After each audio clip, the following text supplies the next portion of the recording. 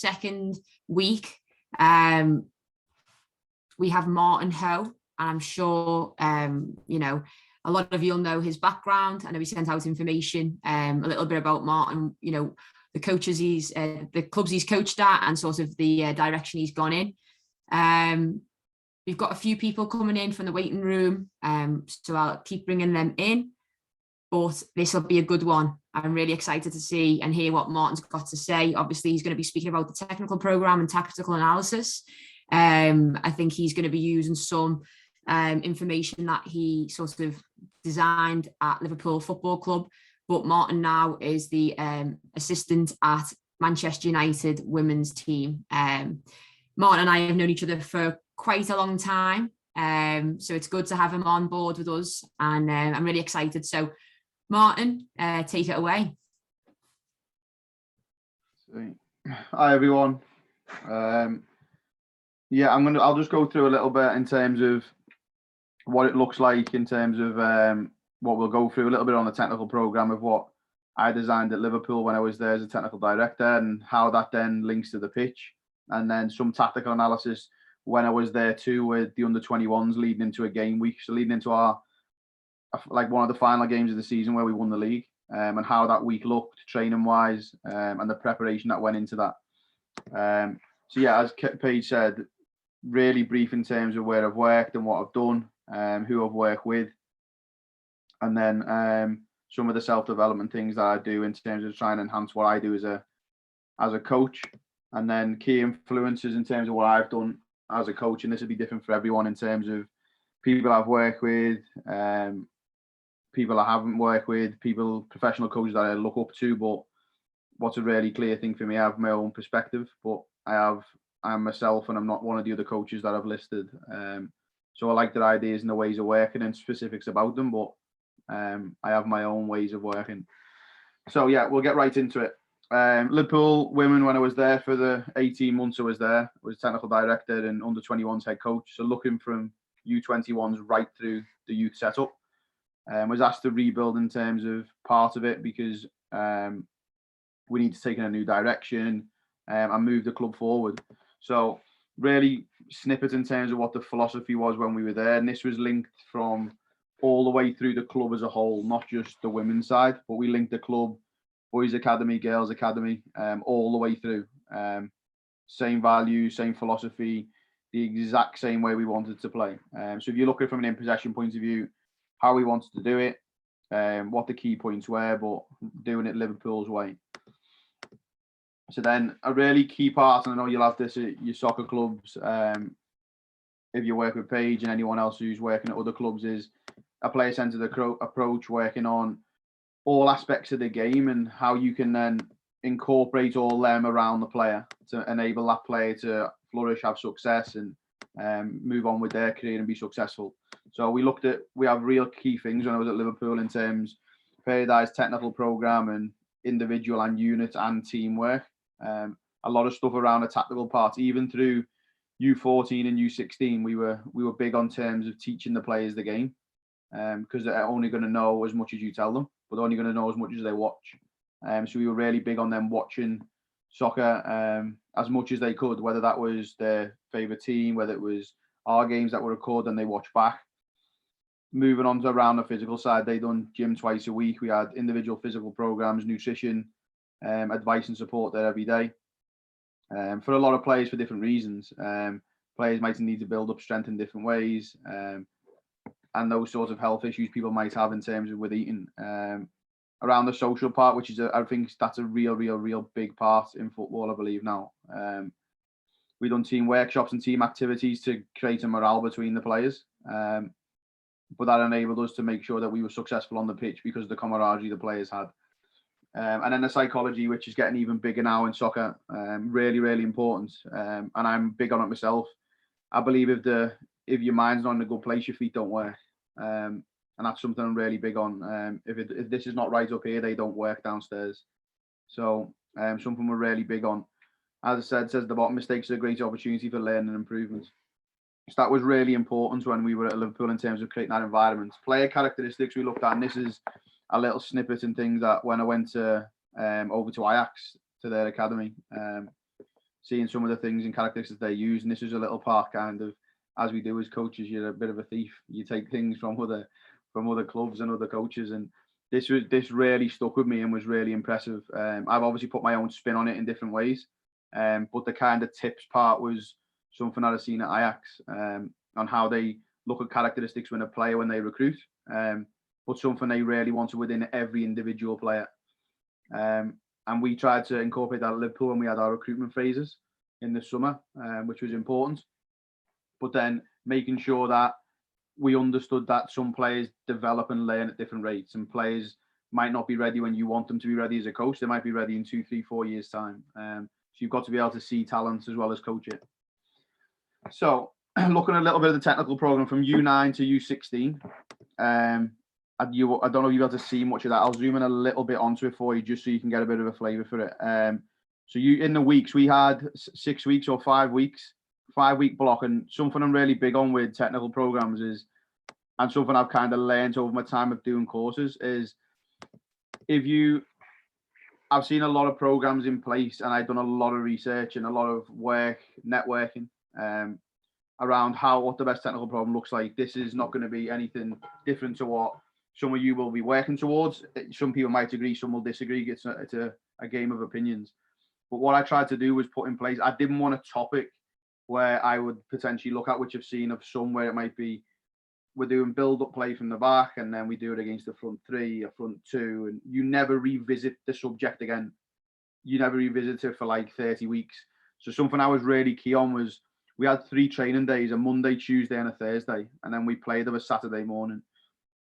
So what was really key when we were designing this for the youth players was, what were the key technical parts of the game they need to be strong with if we wanted to play a possession-based game. The really key part for me then was making sure that we had duels in, which is a really important part of the game. And I know Liam, you touched on it last week when the other one was on. The duels part's key, because that's the game. 1v1 is the game, and you've got to be able to handle the ball in those situations, pressing situations and not. And then we have a post-game related theme. So on a Monday, if we played on a Saturday, anything that we'd seen from the game, we wanted to address from that game. We would coach a theme relating to that on the Monday. If you notice from every session, so that was Monday in week 1. And then as it goes through towards the Tuesday in week 1, the isolated technical development is the same, because it needs to be fundamental if you want to be a possession-based team. And then the duels again, 1v1 with in possession. And then obviously underneath that, you can see body contact, disrupting, those sorts of things. But the key principle then in that Tuesday session was build-up play. So we coach build-up play of how we want to build out in a back 4 with 2 midfielders holding, with 1 holding, how it looked. But the sub-principles underneath were the ones we coached. So composure on the ball, width and depth, flexibility, which then, are you going to coach every single one of those sub-principles? No, you're not going to coach that straight away. But what it enabled you to do then, when you were moving into your Thursday session, was your out of possession topic, which then was pressing. So we done in possession on a Tuesday and an out of possession on a Thursday. But what that enabled us to do was come from this area here and go, we've just done build up on the Tuesday, so we're going to work pressing on the Thursday, and both of them then fit like a glove, because I'm pressing against build up that we've just worked on. And then the way to kind of work around that was, when we got into week 2, which is then the second week of that month, again, we look at post-game related themes, but the duels change, if you notice here. So the duels have gone from 1v1 to 2v1. As I said, again, we then look at another principle we have, which is ball retention and a purpose to do it. The sub-principles of that. And then what that looks like then in out of possession is always 1v1. So this Thursday session was always 1v1. But if you look at the defensive topic here, it's compactness. So you've got ball retention versus compactness. So a team trying to keep the ball and work it through, with a team trying to defend real tight in the middle of the pitch. So we tried to work through a third. Again, with sub-principles again. Then when we got to the week 3, same again, post-game related theme, but the duels change. And this is something I was really big on, in terms of we always do duels, and tell me if other people do it, then absolutely brilliant. You will always coach 2v1, 3v2. When do you ever coach the underload? So whenever you put one of your midfielders against 2 defenders and say, get past the 2 of them before you score. because that happens in a game at times. You might have a wide player who comes up against the fullback and beats that side back, and then comes in against the central defender next. But we would only probably coach the 1v1 or the 2v1. So we started to look at underloading the players then. So 1v2 on a Monday. Then the theme changes again. So the key theme in terms of our principles, space creation and counter movement, which is just how we create space. But for example, around a counter movement, to put it simply, is if I move out that space, someone else must come into it. And then on the outer possession one was counter pressing. So you had a lot of people trying to create space and counter move to create opportunities to get the ball. But then the counter pressing was when you lose the ball and you are disjointed, can you counter press and try and stop them playing forward?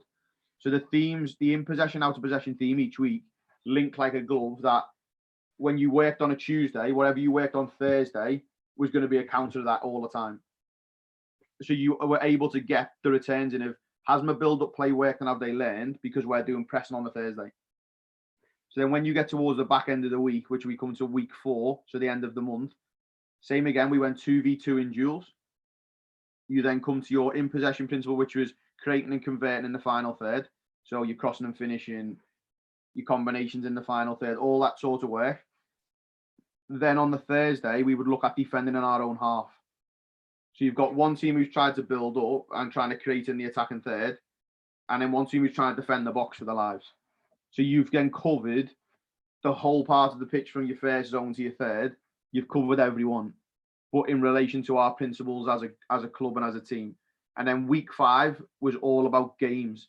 So it was all small-sided game, medium-sized game, large-sided game. It would always start again, as I said, by technical development in duels, 2v3 and 3v2. But the key part here was we done 11v11 on a Tuesday in that week 5, which was under 14 and under 16, sorry. And we done 3 times 20 minutes.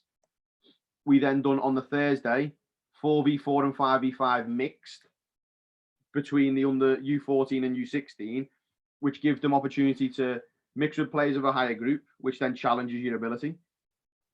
And some players who potentially weren't at that level of ability could play against players who are probably at the lower end of your U16 or the lower end of U14. But those small base games enable them to challenge players to play quickly, to play to our principles. And then what was really important, as I said at the start, is then we revisit that week 1 again, and we look at build-up play again. So then what you can challenge the players with then, and you might go, the season's long and you're doing build-up 5, 6, 7, 8 times. But if you only coach build-up play once, you're never going to get what you want. So build-up play could have been building up with a false fullback. It could have been building up in terms of your 6 going between and building up with a 3. So we had different ways of how we wanted to build up and play. But you were revisiting those topics. Every 5 weeks, you were revisiting the topic. So the players are getting better at how you wanted them to play, but they played to your principle. And then a real key one, which I won't miss out because I don't like to, is we done the same with the goalkeepers. So the goalkeepers had their own plan too. They had 1v1 in front of goal, zone defense, which was around their positional play in relation to the ball, goal defense, which is around the shot stopping, handling, dealing with crosses, the diving, and then distribution and back pass, which was key. And we looked at what type of pass, the trajectory of the ball, was it thrown, how was it thrown, the type of back pass, was it bounced in. So you covered all bases with the player that enable them to move on to the next age group and step up to the next team that they were going to work with. But it was very, very, very clear in terms of principle how we wanted to play, and those principles making sure that worked. Hopefully I'm not boring anyone at the moment. So yeah, this is how it looked on a day-to-day basis. And this might help some people in terms of how you structure your time you have with your players, or it might not.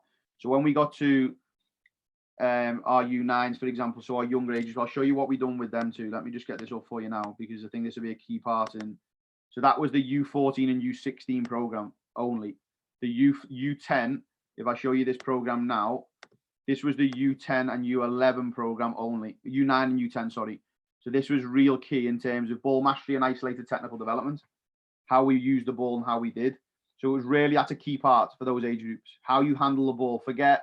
I would always say with those age groups personally, forget your passing and having this really nice style of football, because when you get into the game, if you can only pass, you're going to struggle, because the game needs a lot more dimension. So we had athletic development, how the players change direction, how they move and react off different feet. Really important for young players to understand how they use the body correctly. But we done that within fun games. You could play tag, we could play ball tag, different ways to make them move differently. And then we had a lot of work here around how they mastered the ball, taking cushion with every part of the body, juggling and controlling the ball with every part of the foot apart from their arms, using both feet competently, which is important. But as it says here, all skills and turns and movements must be done with speed and must be exaggerated. So players don't always be caught out when they're in a 1v1 duel, for example. That when they turn, they can get away. Sorry, Martin. I think you're sharing the main content. Just I don't know if you're sharing something else. We just can't see it. Let me just jump onto it now. Can you see this one now? Yeah. Yeah. There we go. Apologies. So you can see here, we worked a lot on, as I said, Monday, Wednesday, they only train twice a week. So you've got 1v1 attacking principles was a key one. Then we had 1v1 and defending principles. And this is the same week 1, week 2. Ball striking was week 3. And I think this is a key part of your work, U9, U10, U11, U12. These ball striking techniques are key. If you want to get your players at U14, U15, U16 to be able to strike a ball competently off both feet, if you don't train it, you can't expect it. And these are key parts. And then we moved on in terms of spatial awareness, which is a big one for young players. And I think if you work with them, you need a lot of patience to work with young players at those age groups, U9 to U12, because as you know, you probably put a soccer ball on the pitch and they all chase it. So we used to do a lot of work around their spatial awareness and how they identified space. Do they know what space is? You get a lot of random answers, as you can imagine. But really key part, and then this is the part that, as everyone enjoys, is a small-sided game where they just play for. But we never went any bigger than 7v7 at those age groups. If we were going to do any 1v1 attacking work or any smaller game work, it had to be done a 4v4 and no bigger. So players get a lot more touches on the ball, and we barely used goals. We don't put goals in when they're playing 4v4. You run it over a line, you run it into a zone, because then you're encouraging players to carry the ball and move with the ball and try different things, rather than if I put a goal in when I'm doing any of these 1v1 attacking principles or defending, or the players will just start shooting from 20, 30, 40 yards because they want to score. But if you can teach them the key fundamentals earlier on, it enables them to get to that part where they want to finish, but it enables them to get the key competencies they need early to enable them to do it. And as I said, that goes on through their key principles. Really, we kept it really basic. They have to create space, maintain space, exploit space. You'll know a lot of these things: deny, delay, deflect, destroy. So we kept it really simple at those younger age groups, which is important. Let me just look at if I can get this one up for you now. Is this under 12? Can we see that now, Paige? Yeah, perfect. You see that? Yeah. So this one was U11 and U12.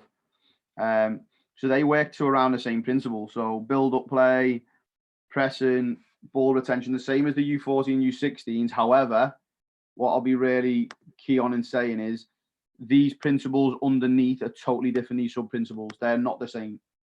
So they enable them when they've got these principles right. When you go to U14 and U16, the next set of principles you will learn will be these, but in more depth. So where on the other one, it might have been looking at rotation, the other part here might be support positions to receive the ball. Then when you've got in those support positions, can you rotate from there? But yeah, again, big on duels, big on the isolated technical development, and big on the principles. And that was the same. They only trained on a Monday and a Wednesday. So they only had 2 lots of it, but we done the exact same with them. Week 1 to week 4 was all principle led. And then week 5 was all around how they play in small sided games mixed. And then how U11 you play against U12. I'll try and jump back onto this for you now. Let me see. So, can you see that now, Paige? Yeah? No, same U11, 12 technical program.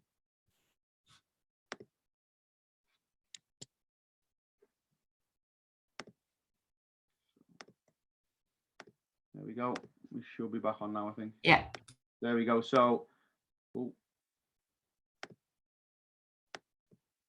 there we go. We're back on. So, yeah, as I said, the training structure would look like the following.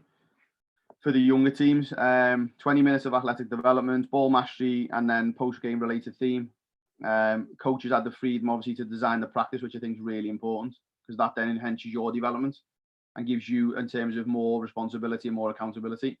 And what was important with the coaches here and the work we done, and we obviously had to get consent from parents. We recorded every training session we had with these age groups and with the older ones. So we could reflect back as coaches, and we could reflect back. They could reflect back to the players in terms of what they'd seen for feedback, which is really important.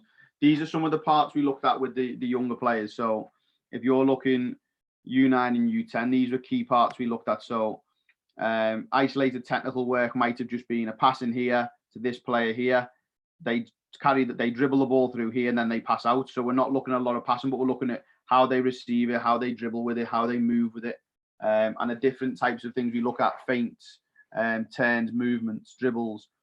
And then another way of doing it when we done ball mastery with them, and that's just more how we control the ball, how we dominate with the ball. This can be as simple as having players on the inside and players on the outside. They receive a pass, a yellow. They have to dribble across the half of the D, and then they can play out to someone else. But as long as they've carried the ball and dribbled across the halfway line, they can then release the ball. But what we encourage them in here is, can you try and go through the gaps of other players? So you have to use your initiative and you have to use your spatial awareness to understand where the space is to go. And you might look at them, and I was speaking to Paige just off air before about it, is it might look really simplistic, but one of the things I've learned through coaching now, and I think you will all learn as coaches yourselves, is the simple parts are the easiest ways to work. With working with some real elite players into senior internationals now, senior internationals when I was at Everton, with the boys and with the women. You're working with top elite players now. We're playing the top end of the game in the Premier League and the Women's Super League in England.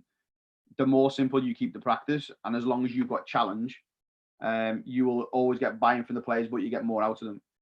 There's absolutely no secret, and I'm trying to just give you from my opinion, there's no secret from being in the professional game now for probably 8, 9, 10 years. There's no secret at all to these well-beaten sessions that you're going to see.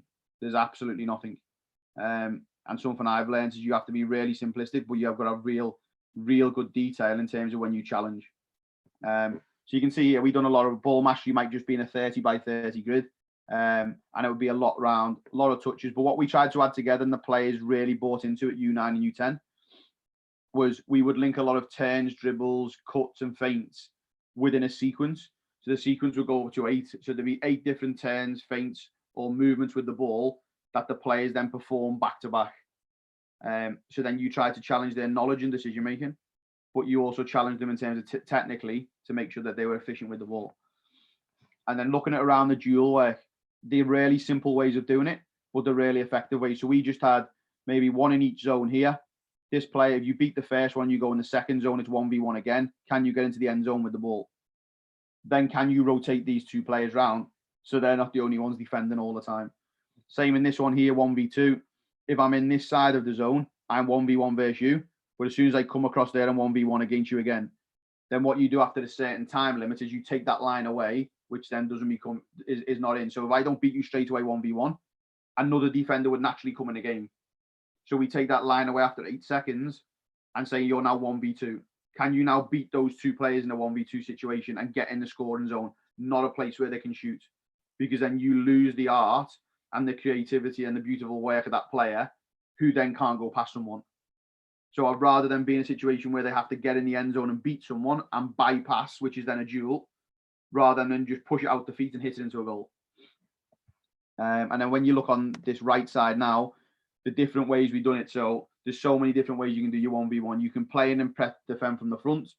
You can have someone else play in, you can press from behind or the side. And that's key thing in terms of variable for your players. Can you have different ways where they're pressed from so they can't always see the ball being played? So we wouldn't allow in these ones here, especially these ones from the side and behind, this player in the middle, and you might go, but you want to work on spatial awareness. We would never allow this player to be able to turn and check the shoulder before the pass come. Only reason being, I want them to know when the ball comes in that they're going to have contact at times, and someone is going to hit you at times and bump you, and you've got to be able to make sure you can withstand that. So what was really clever, and there were some really clever players, as you know, at 9 and 10 years of age, there's some real clever talents. And we had a lot of players then where the ball would be rolled into the feet and they just roll around the corner in one touch. But you put them in a situation where they can't check. So all they do is take the first touch in a certain direction. So just a couple of ideas of how we would develop in terms of what practice we would use for those younger age groups. Looking at, as I said, U12 and U11, what theirs would be 20 minutes athletic, technical work 20 minutes, dealing with duels 20 minutes, 40 minutes on a theme, and then 20 minutes of a game at the end. That might look a lot, but when you add this together in terms of the time they had together, for 2.5 or 3.5 hours a week, we had to get a lot of work into them in terms of so they could grow. You're looking at U11 and U12, so slightly different in terms of practice, but same concepts and themes. So technical development isolated was a lot of key work in terms of how they pass and receive now. So they've got core foundations of running, dribbling, and controlling the ball really well. How we got to U11 and 12 was now start to introduce small dippets of passing. So they had a different boat. So we used at the start, we do 20 minutes of different passing. So how they change the feet and angles, how they set the ball, the type of weight and pass they used on the ball, the different angles they passed off. So that'd be a key 20-minute block. And then as you can see here, this will be a key part. So around, as you're talking principle of build up, this is a build up session we would do, but this would be the dual part after the technical development. So this part here, it might not look it, but this will be, you get your build up play. So a goalkeeper plays to one defender who plays a cross, who plays into a number 9. The number 9 here and the 2 wide players could be your fullbacks or your wingers. 2 of them would come in as the arrows show, and they would attack 3v2 to that goal. Then when the ball's dead and the ball goes out to play, they score, they miss, they tackle. If yellows were to win the ball, the idea is for yellow, if they win the ball, is to play straight into the opposite number 9, because then you're playing build up and you're playing forward, and then the other 2 players from the side come in and attack 3v2. If it was to break down, you would reset it from the opposite side and they would build out. So they have here, any opportunity they want, they can either switch straight across, they can go back through the keeper, but this player here, when those 2 yellows are playing across, can defend. So this becomes a 2v1 duel, but you've got your build-up element within it. So the players are building up, but yeah, they might only be playing across and through. But how many times do you, as a goalkeeper and as a team, do you have the ball here around the back with your 2 centre-backs? Quite a lot. So we encouraged that a lot, and then it was how they then defended their own half 2v3.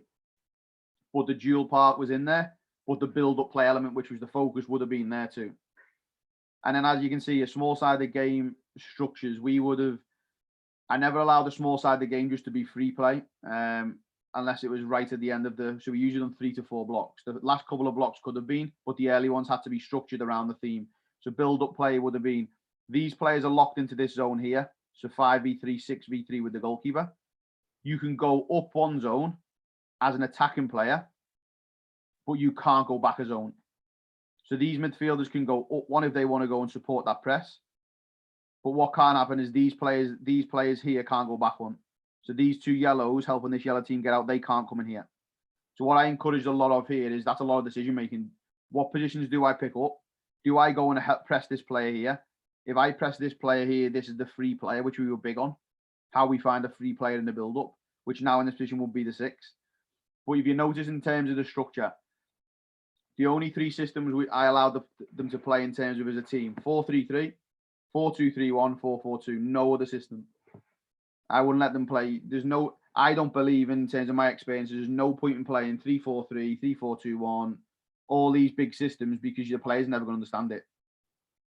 Because there's so many more dimensions to those systems than there is if you teach someone the game playing as a centre-back or a full-back, as a midfielder, as a winger, as a 9. You get all your concept in here, and those 3 systems link in really well. So you can see the Reds here in a 4-4-1. The yellow team are in a 4-3-3 just without the number 9. But we coached a lot of concept in terms of how that works. So what they could have done, yellow, is step a midfielder up when they defend, step one of the 10s up so it becomes a 4-4-1-1. But this was structured so I encouraged them to make decisions defensively and offensively. So when in game they could solve problem. And then just around under 14s and U16 was 20 minutes on the same, 40 minutes a game, small sided, but they have incorporated set plays time at the end, because that was a key part in terms of their learning at this age group.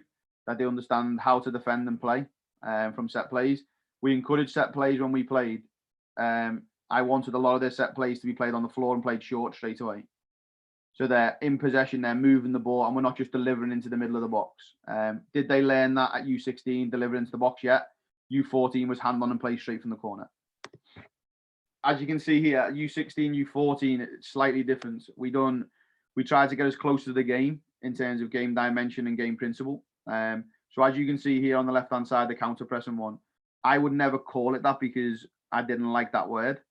I tried to always get buy-in from players. So the buy-in I tried to get from the players was, if you win the ball, I want you to win the ball to score.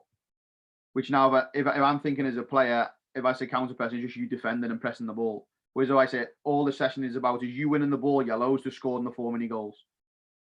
So all we'd work on is how the Reds keep the ball and are just possession-based again, but how we win the ball back. And then what you could do, if yellows won the ball in that moment, those Reds had to suffocate the ball straight away to win it back. So you get two elements of it, and as soon as that's turned over, yellows would do it on the vice versa. So you would constantly get the opportunity to counter-press in those moments. Again, AV8+2 in build-up around possession format, how we done it, it would always be linked to positions in terms of the pitch. So this might be two centre-backs, this might be your winger, this could be your side-back, these could be your two central midfielders, these could be two number 9s or a 9 and a 10. But we always had it, and we've done a lot around that structure. As I said, in this 2v1, what we might have looked at in this build, which I've done before, is when this ball's played across, now the set, because you can step up a zone, that centre-back now stepping up to create an overload in midfield. Really key concept in terms of how we wanted to play. But when you step up, you've got to also remember, if you turn the ball over, now your player's 1v1 in this zone. So recognising when to do it and when not to. But done in a format where these players are always in these 2-1s, which are key players in the game, the goalkeeper. So the goalkeeper will work between the 2 mini goals, but when your team's defending, they become active to defend those 2 mini goals. So a really key part in terms of how we've done a little build-up in terms of 8v8+2. And then here was where we've done build-up to. So there's two flip sides of build-up play here. We've done this one, and then we've come here, and we've done it on an actual 3/4 pitch, half pitch, back 4, midfield 3 and 2 wide players with a target player here. The idea is the Reds to build through and play through into this target player or finish. If they play into the goal or hits the target player, that target player is to play straight back in to the yellows straight away to attack goal. What you then encourage then is a turnover, a transition, and a counter-pressing moment for us to try and win the ball back. But that ball had to go straight in from Orange. Orange would have balls around here, and then as the soccer ball went in the goal, you would then go straight again from there. Same again on a smaller format, which we've done, and we used to do this on both ends of the pitch. So we'd have this goal on one end and the exact same the other. You'd have 5v5 in here, plus the goalkeeper, 6v5 in terms of in possession. The Reds building up over 35 to 40 metres, and all they have to do is get the ball and play through. So these two goals act like they're two attacking midfielders. Can you play through and forward into these goals in your build-up? When you've done that, a ball will go straight in from the coach, and then they would attack their 5v5 to goal. So you get both phases of the game, but the key part was how we built up in the session we'd use this one on both ends of the pitch. When we revisit, we might go here and then look at other elements of how we wanted to build up, if that was with 2 midfielders and 1, or that was how these wingers rotated inside. But yeah, key aspects in terms of when we played U14, U16, you've gone from really small fundamental in terms of game-based work to now real game-based work 11v11. Same again for the goalkeepers there, the real clear structure, 2 30-minute blocks, and then the small side of the game with the team. However, that program-related theme might have to link with the coach if they want the goalkeepers in, which I was big on in terms of making sure the players are always incorporated, and it wasn't a separate entity in terms of goalkeepers and outfield players. Training session structure, as I said, that was the same again, Monday, Tuesday, Thursday, for the older age groups.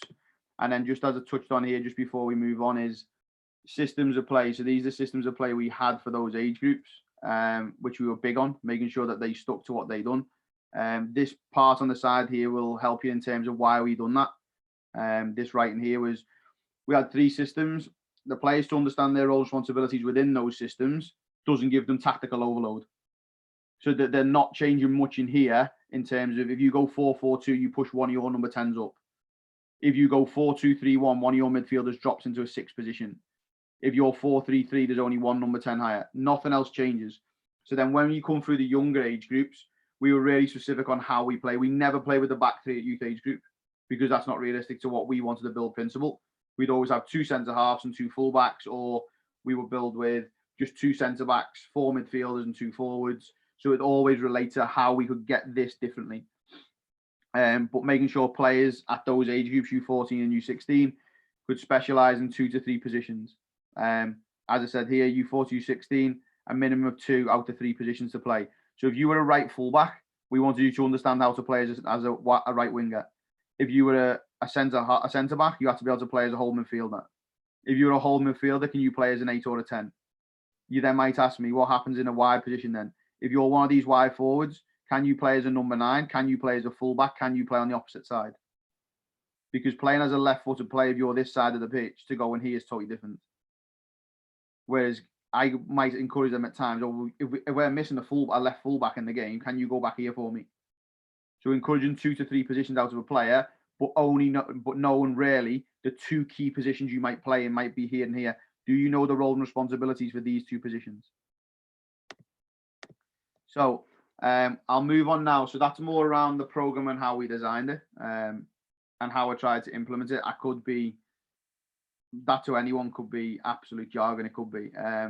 It was my idea and my way of working. But I was really big on getting staff opinion, and it was driven by us as a club, how we wanted to play in the club's philosophy and development strategies. So I put that in place, and it was a really strong program. I've now moved on to it. It'll probably have changed, but I don't think the core values and fundamentals would have changed because they were really instilled from a club perspective, not just from an individual coming in as a technical director and changing what we want to change. Because it's the beliefs of the club to have a possession-based game. So, as I said, I managed the under-21 squad, and in the season I was there, the 18 months I was there, in the first season they'd done the League and Cup double, which was really good, and we had players who moved on, obviously, to professional contracts, moved on to other clubs. But this will give you a bit of an insight in the game that we were leading up towards Manchester City.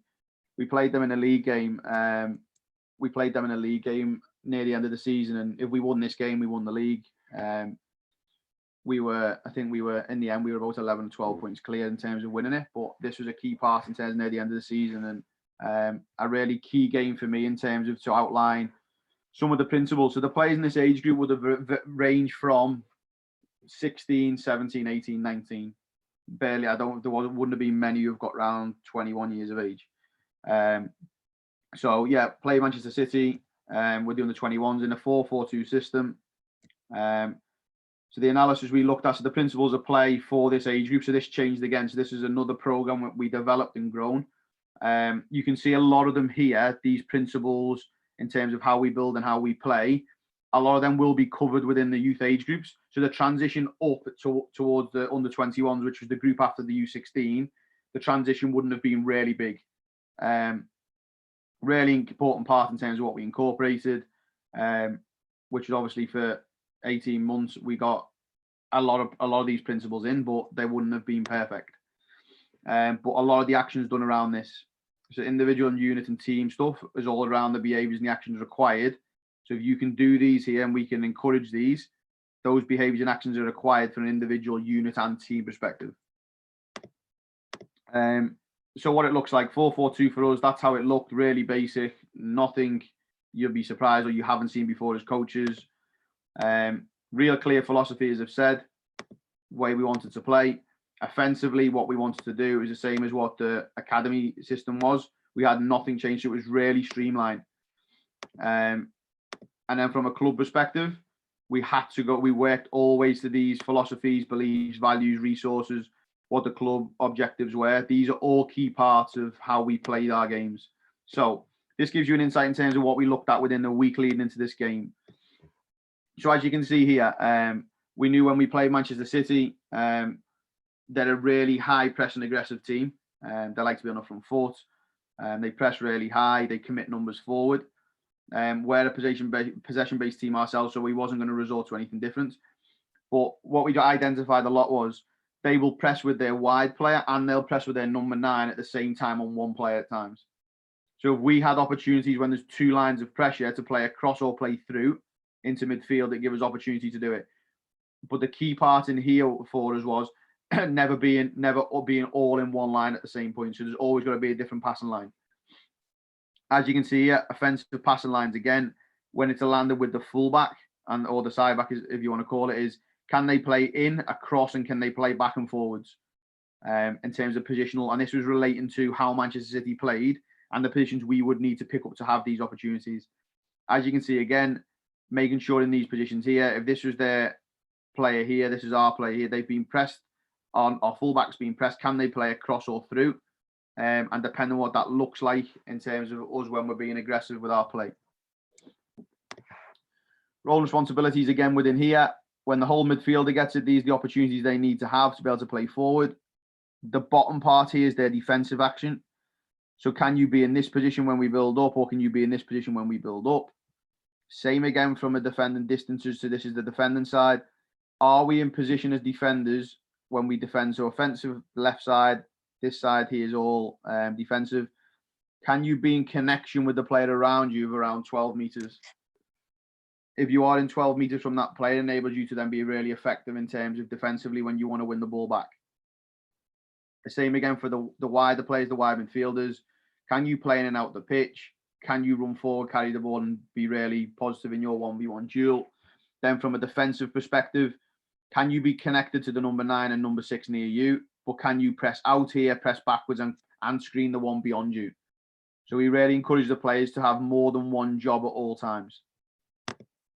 Finally, the centre forwards that we work with, can they have connections as 9 and 10 through the lines, dribbling? Can they make sure that if they're going to dribble forward, they do it? Or can they connect with the players around them ball side? What we encouraged a lot of from a defending perspective, and from this part here, was as a 9, one player had to stretch. So one player had to go beyond, one would come off the feet, and we had a real good balance with that. You can see from this side here, from defensive perspective, we had the two centre forwards with the midfield in between, because we know Manchester City have to play and like to play because of their methodology. They like to play through their whole midfielder all the time to create their attacks. So we made sure that we set a trap that this player would always be between our 2 centre forwards. And any ball that went in, if this player was closer to the 2 midfielders, they'd jump out and press it. If she's between the 2 of them and the ball goes in, 2 players come from both sides. So you're setting a trap to win the ball. But the key part, again, is the distances between these players. The defending distances, you're never in one line, but you're always in a position to affect the ball if it goes there. Training week, what led into it? So we ended up playing 6 games in 21 days.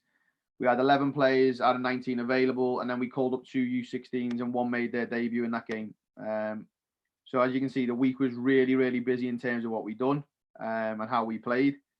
But 6 games and 6 wins, so it was a good week. Preparation, so as you can see there from that one, Monday, Thursday and Friday is when the U21 trains. They had an extra training day. Monday was like this leading into it, so the analysis work we looked at was defending 3v2 in central areas, reducing spaces between units, which I've just mentioned, and creating a numerical advantage, forcing the opposition into wide areas. So we done this session here, 3 smaller goals. Man City building up with a 4 in their midfield, 3 and a single 9. How we could win the ball and trap them in these areas here wide. But if they did play in the middle of the pitch where they want to play, we have this square of 4 here that can affect 3 players, which is really important. So the centre-back can have it in the initial phase. We might release 1 to press and 1 come across. But what we tried to encourage a lot was we don't give them space anywhere between these lines and in these lines. If the ball landed in there, we press really aggressively. So going into this, really simple structure, 2 centre-backs, 4 midfielders and 2 centre-forwards. We want to try and win the ball in these areas, in these wider areas, and force them outside. But if the ball come into this central area, we had a 6v4 where we could be aggressive and win the ball. Moving on to Tuesday's session, which was the offensive organisation, so was with the ball. Creating a numerical advantage again between Manchester City's units. How we tried to do that, because they defend 4-3-3 and attack 4-3-3. We've done a lot of work here. You can go, as I said, we've done a lot of this work, and this is where it links again through U11, U12, U14, U16. You can jump forward a zone, you can't go back a zone. So what we're encouraging the players is to be really direct and front-footed, but positive with their play. But more importantly, is to take risk and be brave. And in this phase here, you'll see it. We encourage 2 centre-backs, 2 midfielders and a front 3, versus obviously the Manchester City team, how we will be pressed. And we tried, the aim was to regain in the top 2 zones as much as they could in terms of those Manchester City lot. But we wanted to try and play through these zones as quickly as possible. The final one in terms of coming towards the end of the week, defensive again. This was locked into grids and squares. So the idea of this one was to force the play wide and prevent anything between your lines. So we wanted to sit in this mid block here and not let anything in the middle of the pitch. Really important part was Manchester City's centre-backs like to play through midfield. So we tried to encourage as much as we could. Number 6, 2 10s. They wanted to try and get it in between our lines and play through for the wide players to run onto. Really key part. Can we keep the ball wide? Can we shut anything down in the middle of the pitch? If you were 1v1 in one of these zones, you had to be effective, which was really, really important.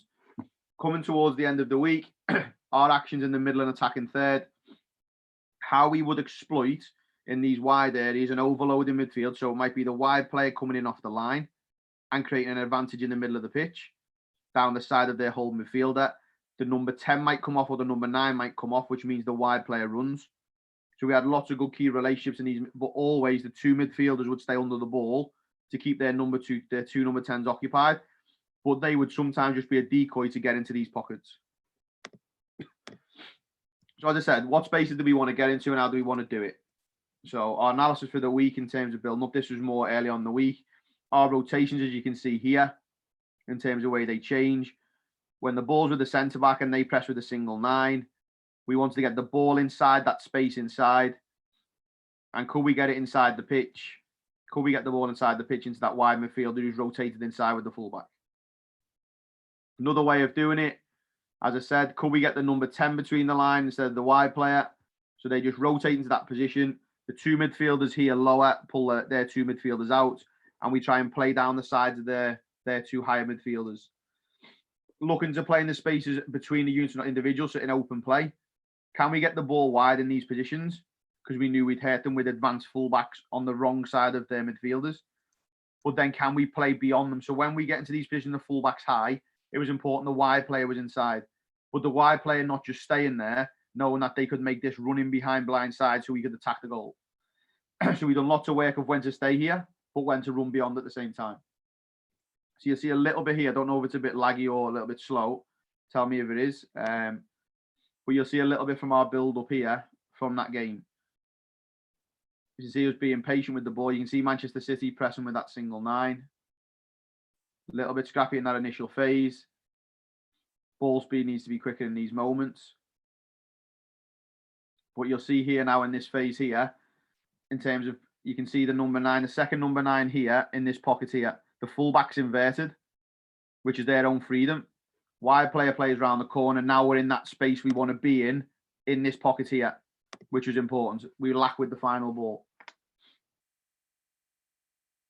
You'll see it from the far side. We don't play through successfully. We now go beyond it into the number 9 because we can in the wide channel.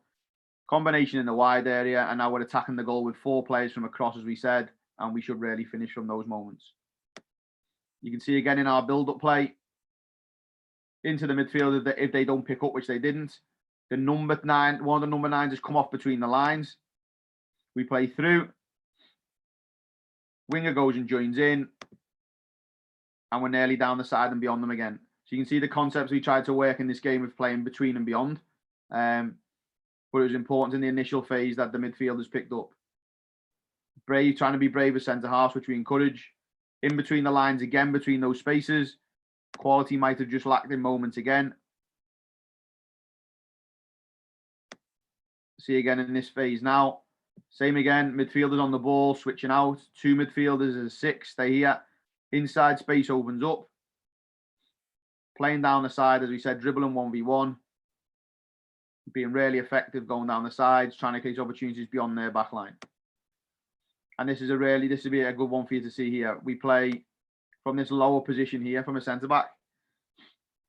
So a lot of freedom in terms of how they played, playing round corners, a little bit of good fortune there, playing through and between lines. There's that ball down the side from the fullback we showed you on the graphic, and then how we got through in that moment. Same again in here, 2 midfielders come to the ball. It opens up that space inside the pitch, which we spoke about inside the pocket, into the number 9's feet in between the gaps, and then we should be about 4 or 5-0 up by this point. As you can see, pace and possession, real good, but trying to go through the lines again, didn't quite get through. So you can see in terms of the concepts he wanted to try and play to, you can see running with the ball, driving across the pitch, which now creates that overload ball side. But you can see the concepts we tried to work to in that phase. Defensively, really key part again of our game. 4-4-2, as we said, nothing in the middle of the pitch. When the ball travelled across, we wait for the centre half to play. And then that was a press and trap in those wide areas. So you can see 1-for-1 in those near ball side areas. Can we lock off the side of the pitch that we need to? And we keep them in those duels. In open play, the same. Patience. We don't have to press out if they're going to switch play. The 2 number 9s keep the number 6 between them. The wide players protect the inside pocket because that's where they want to play. And we want them to play here. I know Manchester City, the way they play from being over here is that the last passes to one of these 2 players. They want to go here later on in this attacking half. So we try to encourage them to go there earlier. You can see in this phase now, when we did go and press, they will do this rotation. They'll bring the wide player and the fullback high. We just didn't adjust our position accordingly. We didn't have to. We just keep our structure and allow them to go inside. But you must stop as you come out to protect the space. You must stop the ball inside the pitch. So you see a couple of clips here from when we done it well. We keep it ball side with 1v1. We don't allow the switch. And as you can see there on that clip there, you're probably thinking, why doesn't she play this side back here? That's the last pass they can play in terms of their methodology, because it's a trapper in terms of out wide. So we encouraged it. As you can see, we went for 1-for-1 on the ball side. We turned over, we win possession. You can see in terms of the patient defending, midfielder steps up, wide player presses out. We win the ball. Now we're in transition down the side. We create an opportunity from it. You can see in this phase now, 4-4-2. One of the number 9s is pressing back. Really aggressive structure, forced them away from goal. Same again, they've played through. This would happen. We said this. There'll be times where the 2 number 9s switch off and we get caught in here. You can see this player here, Amy, really clever in terms of how she presses. She presses and then cuts off the one to her left if you just watch her step now. See? So she's screening this one here, but we're only encouraging them to try and go beyond us, which they don't want to do, which then we pick up the second ball and we're away again with possession. So you can see the organisation that the players are demonstrating in here. Wide player in. We don't allow the number 10 to get it. The fullback and the wide player have come in. Really key here. Patient movement, patient structure, as you can see from the team. If you look now, back 4, midfield 4 tight, front 2 players protect that inside space we said here, where we have the 4v4, 4v3 overload. When it goes into a wide space, if you're not close enough, don't be aggressive. And that was these moments here where we knew we'd catch them. When they start to mess with the ball, we could be aggressive in those phases. So you see the line start to go up. And same again, 6 between the 2 number 9s. Number 10 here is mark 1-for-1. And this is where we knew we'd catch them here, because we were encouraging their midfielders to come in lower positions to pick the ball up. So their central midfielder's gone as a middle centre-back. I knew in these phases here now we were aggressive. We picked the ball up, we break towards goal, and then we obviously get the goal from this in terms of from our counter attack. But a really good team goal in terms of being aggressive, playing forward. You can see again the organisation, ball side, 1-for-1, 1-for-1 nearest midfielder. Other midfielder does a balanced position in the middle of the pitch, and the other wide player starts to drift in so they can both press that midfielder here in between the line if they needed to do it.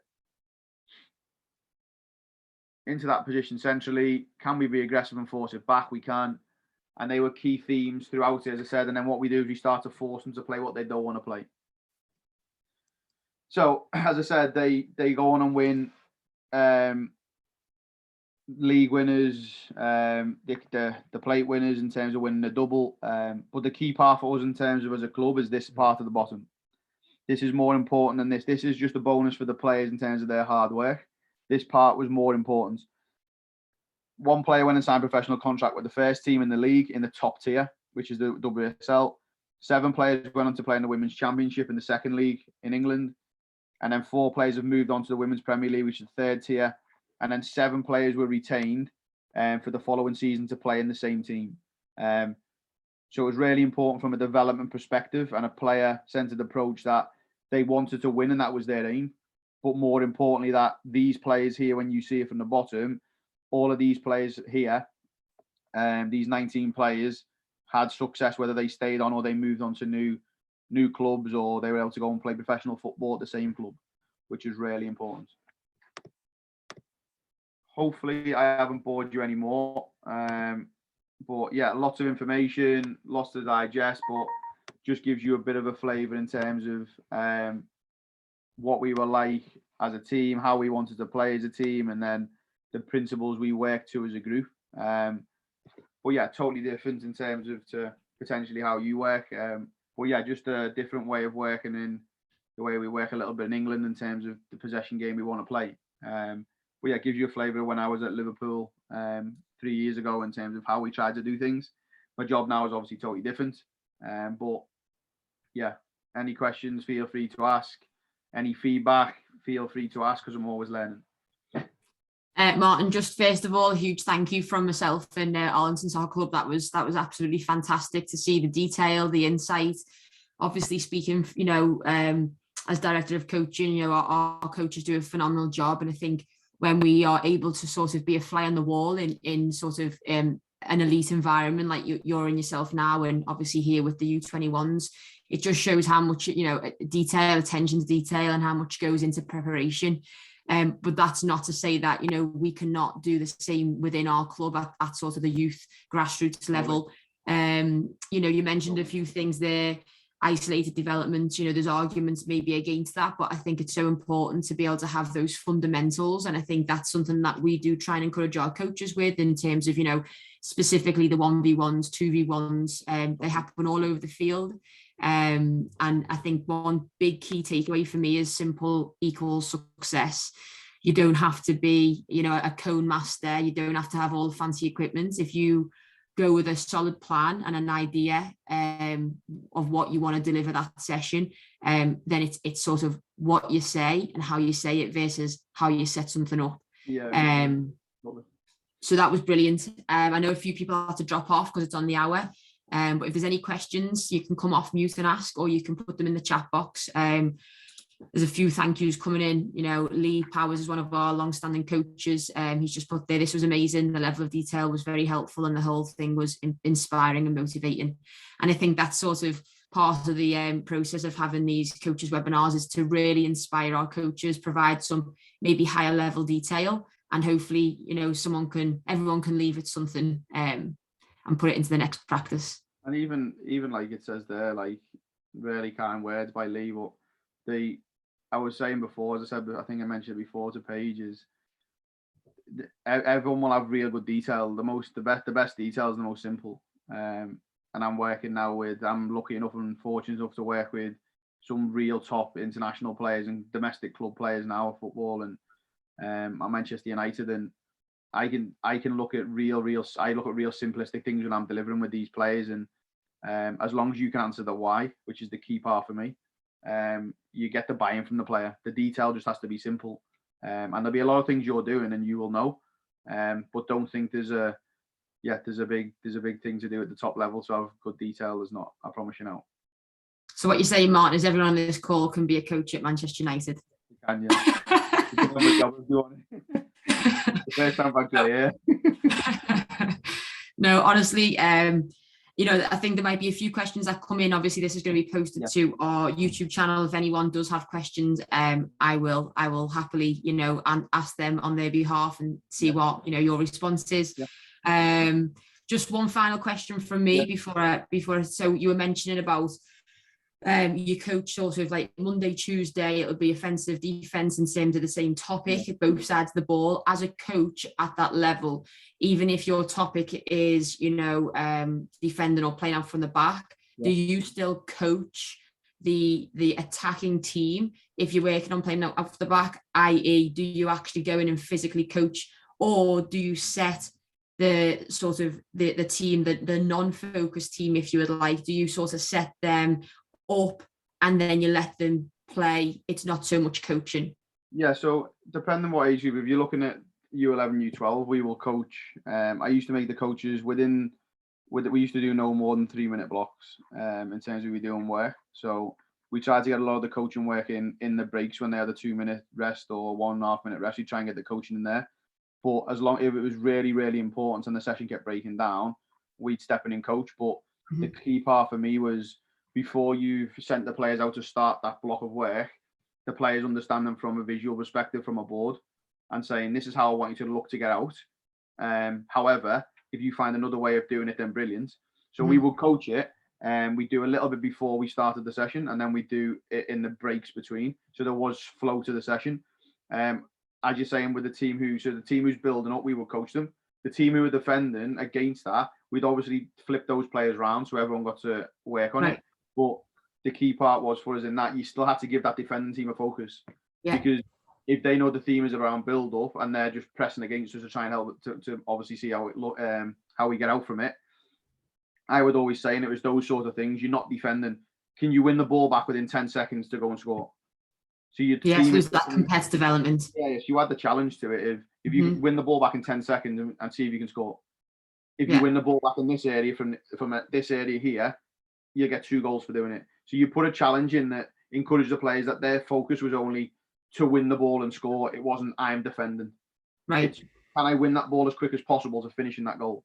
And most players then will run as hard as they can to try and win it, but they'll only run as hard as they can for probably 2-3 sets. Yeah. But within those, we used to rotate every set. So every 3 minutes, the group of players that had built up would then defend. The players who just been defender would then build up. So every 3 minutes, they get a repetitive element of it. And that would be going for 4 or 5 sets each. So they get so many goes at it. But the key part, as you said there, is to get the challenge right for the team who actually aren't building up and making sure that you give them a focus point, which was, I always used to say to them, can you win the ball back within 10 seconds to score? Which encourages a high press, because that's how we want to play as a team anyway. But it encourages them to win it and finish quickly. And it's the same page when we look at doing like transition practice. The players hate them. Oh, we're working on counter-attacking. I used to say, can you win? When we try and do counter-attack, and I do it now with the women's first team, when we're doing counter-attack and they go, oh no. Because they know they're going to have to defend and then break forward. Yeah, it's a lot of work. Or when we do it, sometimes when I look at those transition sessions, I put it as a totally different focus. I won't call it counter-attack and I won't call it recovery defending. I'll say, can we win the ball as quick as possible before they get over the halfway line? So then we can attack quicker. So you look at a different focus point, but you maybe name it differently. Perfect. Well, listen, I won't take too much of your time. I know you've just got back in from training, so I appreciate it, Martin. I know, honestly, thanks so much, and no problem, hopefully we can get you on again next season. Good luck for the rest of your your season with Man United, and I'll speak soon. Speak to you soon. Thanks very much. Take care, please. See you. Thanks, everyone. Bye bye.